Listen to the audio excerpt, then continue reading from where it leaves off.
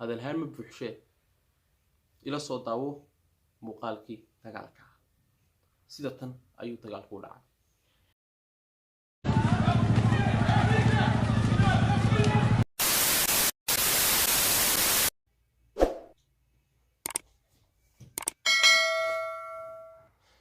السلام عليكم ورحمة الله وبركاته داوديال لمانتي وسلامتي ملك السؤال كتشوفتين يوتيوب channel ka daawaneysaan oo channel ka Cabsar Jaamac sida aad adigu hadda aad u jeedo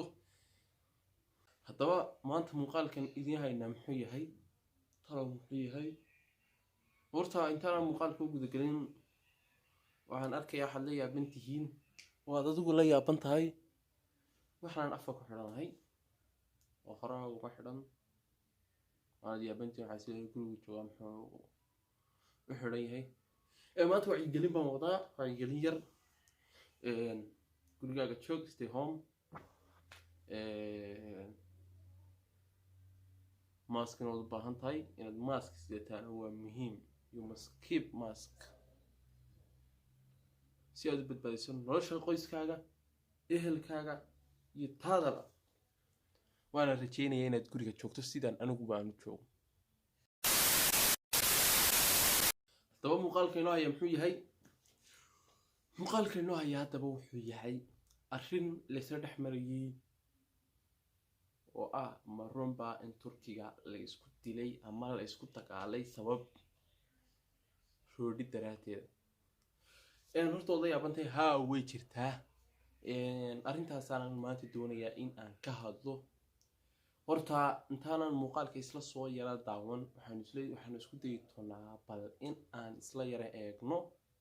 sababta keentay Turkiga waxaa ka dhacday bandow yar oo maalmihii u dambeeyay jiray oo 2 cisho ahaa bandowgaas oo aan ahayn bandow laga filinayay dawladda oo xataa aanay waqti hore u sheegin oo ay sheegtay saacadu markay ku beegnayd 9kii abaaraha meelaha markay hay'ad ku beegnayd oo ay dawladdu shaacisay in bandow jiro sidaa daraadeed dadka iyo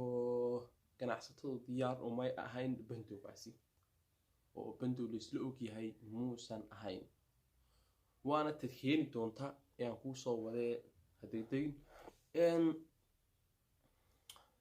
wasiirka arrimaha gudaha ee dalka Turkiga ayaa la sheegay in bandow lagu soo rogay wadanka oo 2 cisho ah oo aan guriyaha laga soo bixi karin laga bilaabo xilliga 12 habeenimo ilaa 12keeda kale inaan laga soo bixi karin oo 2 cisho marka wadanka oo ay maciishadiisuna ay mar horeba ay deyntii loogu talagalay oo maalinta yimi ay arrintan ku soo beegantay kadib markii arrintaas ku soo beegantay qof kasta uu xudeydiyay inuu sii qaato wixii uu markaa heli karayay markaa magaalada waxaa taalay sidii hore baan u sheegnay intii maalin loogu talagalay inay magaalada taalo aynu ka gudubno daba maxaa dhacay roodida oo ah waxa ugu muhiimsan ee laf dhabarta u ah cunnada wadanka Turkiga oo la isku qabqabsaday awgeed ay arrintan ka timi qof kasta wuxuu isku dayay bal inuu intuu 2 cisho u gaadhaysay 2 cisho ku beegnayd oo kale inuu qaato oo roodiyo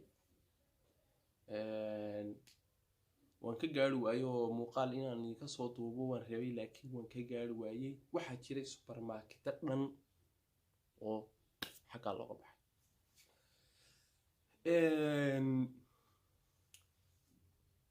supermarket dhan oo xaqa looga baxay oo gabigiisiiba lagu yaacay oo la dhameystay sidii alaabtooda loo guraayay waliba kan anigu ka soo adeeganayay kaasa horta ugu darnaa oo dhinac laga maray wuu iska ahaa isagoo supermarket yar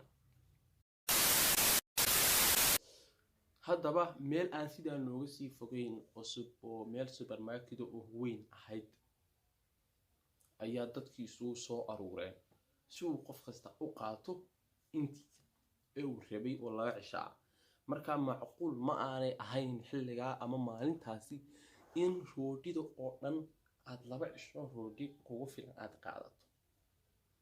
oo qofku 3 xabo 4 xabo meelahaas loogu soo miisaan kadib qof kasta markuu isku dayay intii badnayd inuu qaato waxaa dhacay khilaaf ku aadan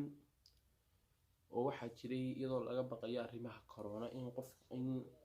meesha loo sii deynayay marba 5 qof loo sii deynayay markaa fail baa lagu jira kadib intii ugu horeysay markay wada guratay roodhidii oo ay dhamaysatay dadkii kale ee marba yar loo sii deynayay waxay bilaabeen khilaaf ku aadan waxaan oo dhan maxaad u qaadanaysaa oo kala kadib dagaal aduu afkaaba isdhexmaray ilaa ay markii dambe isu bedeshay dagaal gacanta oo gacmaha la isugu tagay oo haddii alla ku roon yahay aad la isu dagaalay kaasoo ahaa dagaal halis ah oo ay isku arkeen boqolaal qof oo meesha ka adeeganaya isku arkeen arrinkaas oo markii uu dawladda gaaray keenay in uu iscasilo wasiirkii arrimaha gudaha waddankaas sababo ku aadan la soo degdegida bandow aanay dawladdu ay sheegtay in aanu la tashan iyaga oo uu soo rogay walow ay dawladdu wasiirku ku saxsanaa bandowgaasi oo 2 cisho maalintii ku horeysay ay dhinteen dad ku dhow 10 qof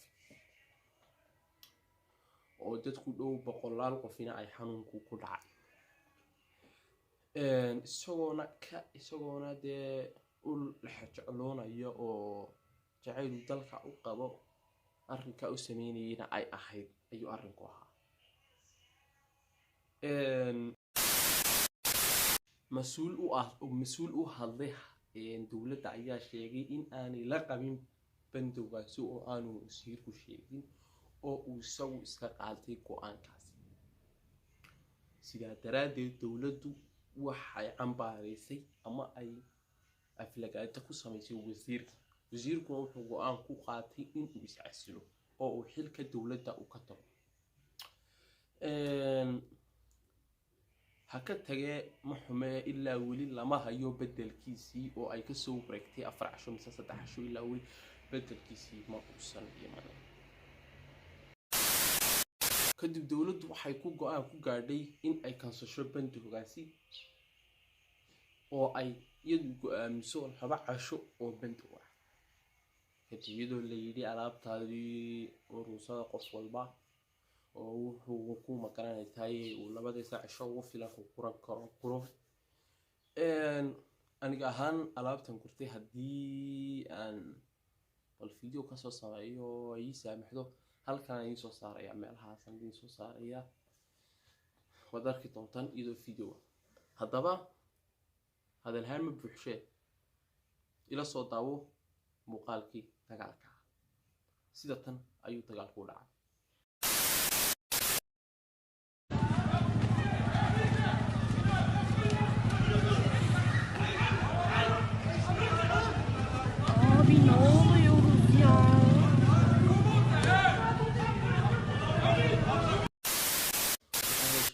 in aad aragtay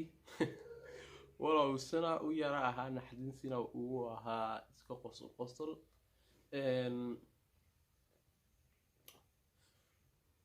wada aragtay wala lagama qaban karo waa dagaal gacmaha la isku tagay buu ahaa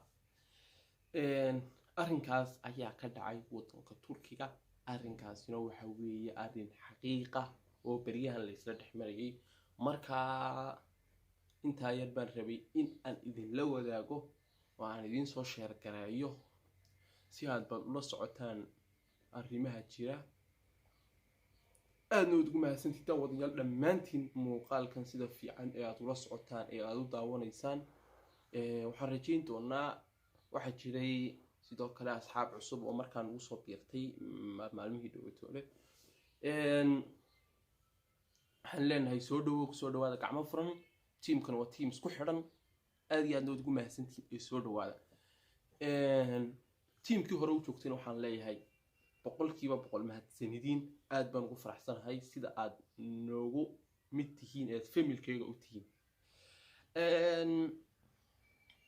asxaab badan baa i weydiisay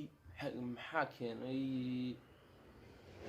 inaad yarayso muuqaaladii hadduu alla ku idmaayo ee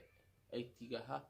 walaal waan soo wada iyadoo si professional ah markii hore si iska ma garanaysaa baynu wadnay oo iska wada markaa bilow baynu ahay. waa inaynu isbedel samaynaa sanadkan oo isbedelada sanadkan aan qortay buu ku jiraa si professional ah ayaan usoo gudbin doonaa oo adiguna aad u fahanto maadaama oo sanadadii hore noo sheegay waxyaabo badan aan la fahmin oo ay u baahan yihiin dib loogu soo celiyo. muuqaaladaasna dib uguma soo celin karayno oo laba muuqaal oo isku mid ah youtube-ka kuma jiri karayaan. maaha go-aan youtube-eed baa go-aan youtube-eed maaha, waa go-aankayga aniga. marka waxaan ugu talagalay in aan si professional wixii dambe aan idiin soo gudbinayo aan ku soo gudbiyo oo aad u fahantaan. marka aad baad ugu mahadsantihiin daawashada muuqaalkan aad daawateen. like saar hadduu videogan ku cajabiyey, subscribe saar channelkeena si ay noogu noqoto dhiirigelin, share gare oo la wadaag asxaabtaada kale waaba intaas oo ay ka helaane ama oo aad adigu nagu caawiso inaad channelkaaga iyo channelkayga iyo channelkeena uu horay maro oo ula tartamo channelada kale. muuqaalka xiga waxaan idinkaga tegayaa salaam. sidoo kale waxaan idinka ilaaway oo aan u baahnay inaan idinla sii wadaago. waxaa jiray youtubero Soomaaliyeed oo iga codsaday inaan u share gareeyo youtube-kooda aan caawiyo. oran muuqaalada waan soo wadaa waan qiimeynayaa youtuberada insha Allah saas ma noqonaysaa inaan eego noqonaysaa oo aan review gareeyo. kala de waxa ma jiraan inaan review gareeyo dadka isaga soo gudbino waxaan de macna lahayn. waa in channelku qiimo yeeshaa qiimo.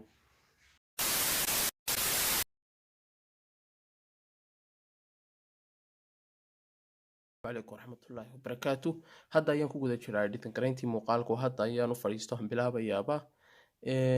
هورتي ده حكم وغدا ماك بوك اير وان كو editing كرايو مقال ده وانا اللابتوب كان كو editing كرايو ولو انا سدا يسوق سي في يعني با مقال سمينتا waxa eeg yaalo koob shaaxa iyo in yaro lowsa iyo wax yaro afka macaanaysa waan afka iskaga rito aad jecelahay marka wax sameynayo. I hope inaad ka heli doontaan muuqaalka insha Allah.